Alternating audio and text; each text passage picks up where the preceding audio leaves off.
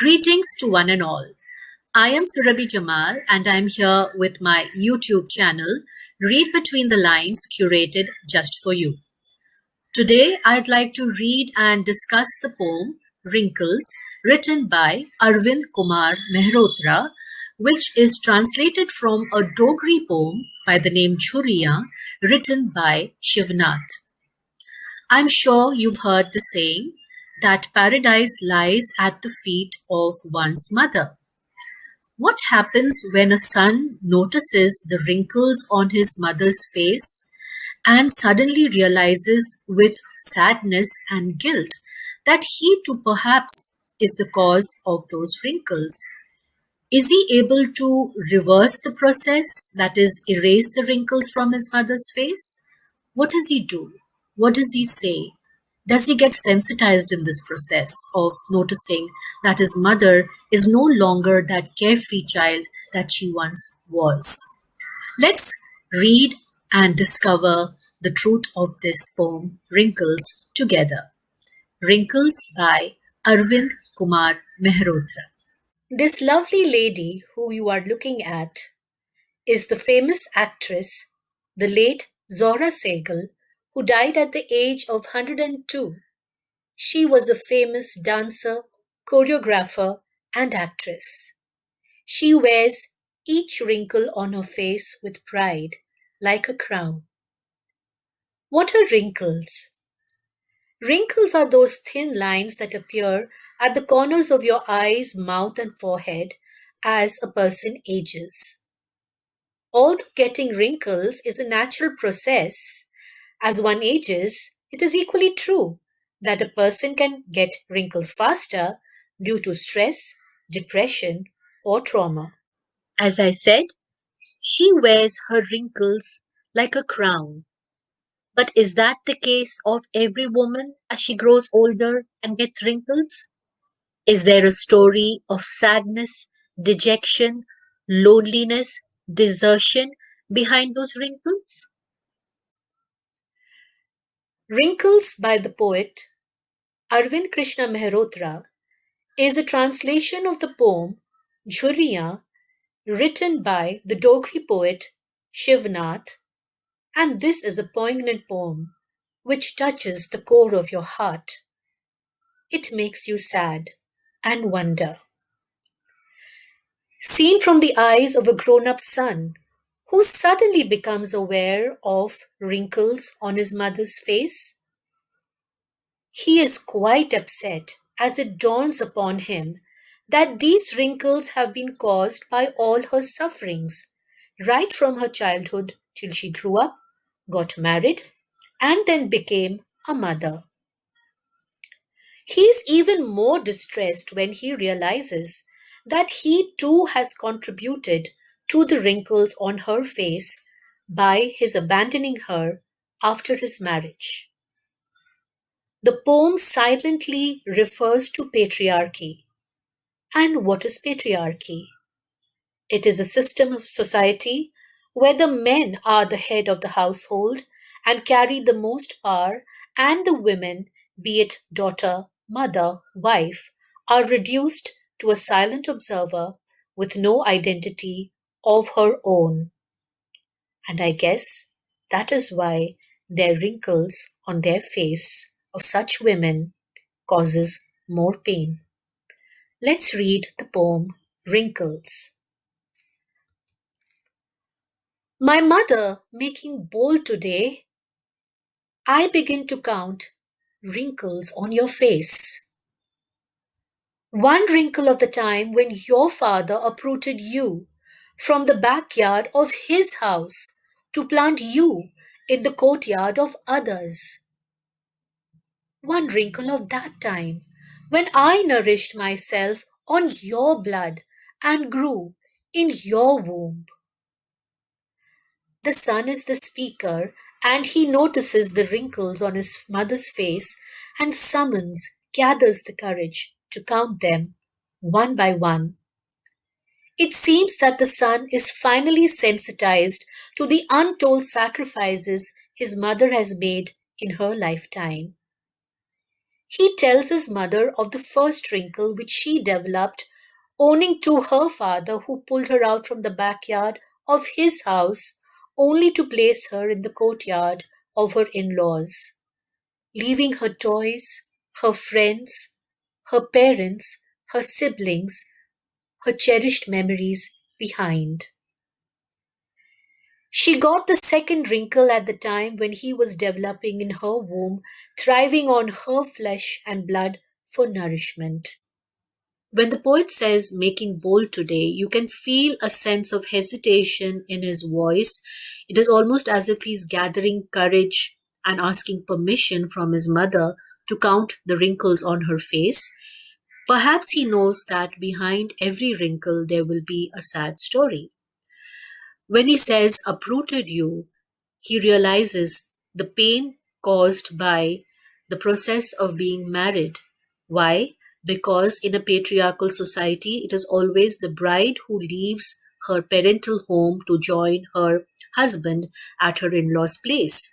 Although her future life is full of excitement, still the fact that she has to leave things which are familiar to her, people who are familiar to her, gives her a feeling of being uprooted. Again, when the poet says, when I nourished myself on your blood, you can again feel a sense of guilt in his voice because he realizes that he has taken so much from his mother and yet he has not been able to give back as much in return. I personally feel a bit surprised that the poet does not mention another wrinkle caused at the time of childbirth, where every woman undergoes so much pain. Anyway, moving on. Another wrinkle when I suckled from your breast the comeliness of your face. Still another wrinkle when a girl took me away from you. The third wrinkle becomes up apparent owing to the mother breastfeeding her son, which wore away the attractiveness of her face. The fourth wrinkle was caused when the son got married to a girl who unfortunately tore him away from his mother. The poet seems to be ashamed of himself for being so callous and uncaring in the past. The self realization of neglecting his mother, seems to hit him hard. Mother, my mother, taking courage in my hands today, I am seeking under the skin of your wrinkles a girl who was suppressed, who celebrated Radhe festival with fondness, who went to the Tavi to immerse Radhe seedlings and bathed during the Navratras, who played hopscotch and the game of pebbles. It seems that the son's conscience pricks him, and he now picks up the courage to ask his mother to bring back the young girl who she has concealed under the folds of her skin. One feels that he is desperate to undo the damage done in the past by his mother's father, probably his own father, and he himself. Here we find him imploring her to bring to life the same girl who was suppressed in the past by societal orders, but who would still celebrate the Radhe festival with complete pleasure by going to the river Tavi, situated in Jammu, and by immersing the Radhe seedlings and bathing during the Navratras. The Radhe festival relates to the belief that if seeds of various crops are sown by the unmarried girls who are treated as symbols of the goddess Lakshmi, then the family will be bestowed or gifted with blessings of the goddess and will be rewarded with a bumper crop. Navratras refers to a festival that spans 9 nights and 10 days and is celebrated every year around September October. It celebrates either Lord Rama's or Devi Durga's victory over evil, depending upon the region.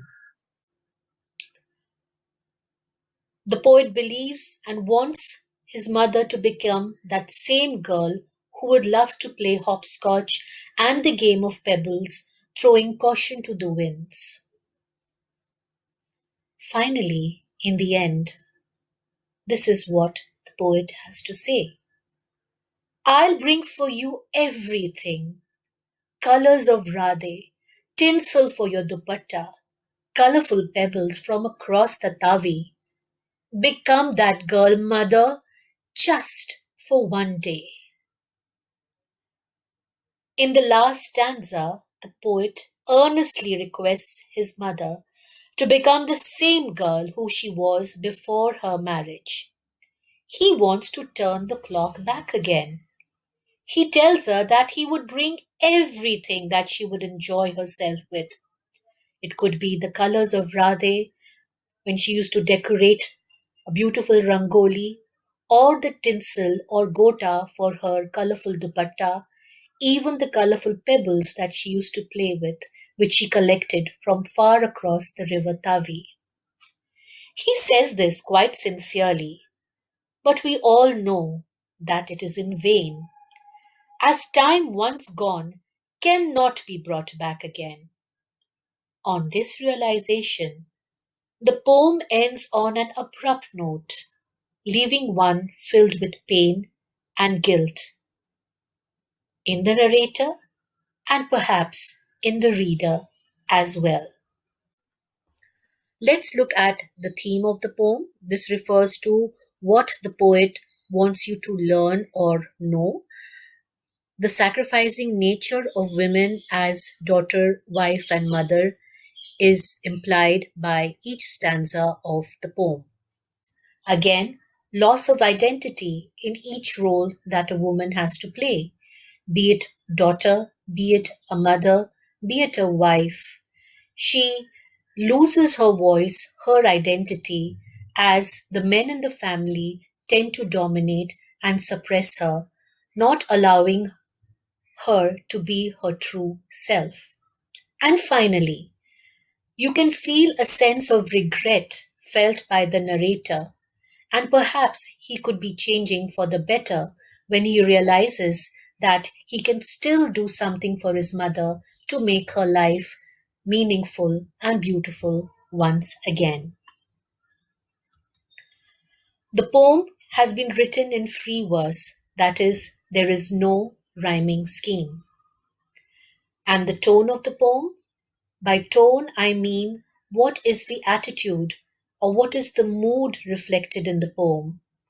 Over here, we can see that the poem is written and the tone seems to be sad when the son or the narrator recollects and looks at the wrinkles on his mother's face. It becomes reflective when he realizes all the pain that she has gone through. He also becomes emotional when he is imploring her to become that girl once again. And again, there is a sense of guilt when he realizes that he too has caused immense pain to his mother. I don't know about you, but this poem made me quite emotional and tugged at my heart as I was reading it. I'm sure you'll agree that we need to invest all that we can in making our parents happy, both mother and father. I do hope that you have understood all aspects of the poem as explained by me. Till we meet again, this is Surabhi Jamal saying goodbye to you. Thank you so much for listening in. Bye bye.